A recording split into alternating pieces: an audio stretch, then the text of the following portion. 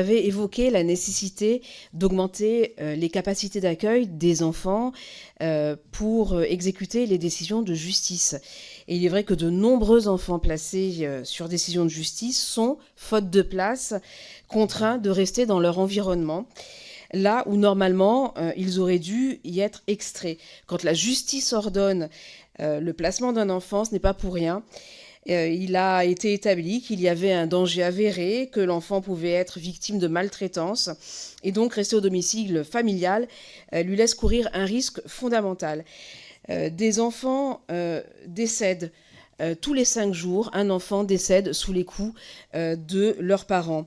L'IGAS a mené une étude très intéressante sur ces morts violentes au sein des familles et a précisé que 49% des enfants décédés sous les coups de leurs parents étaient préalablement suivis par l'aide sociale à l'enfance ou bénéficiaient eux-mêmes de mesures de protection de l'enfance.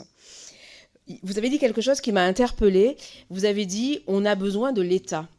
Eric Woerth, en 2024, avait rendu un rapport sur l'organisation des collectivités locales en disant « il faut que la protection de l'enfance revienne à l'État ». Je ne partage pas particulièrement ce constat, mais je voulais savoir si vous, jusqu'à quel point vous avez besoin de l'État.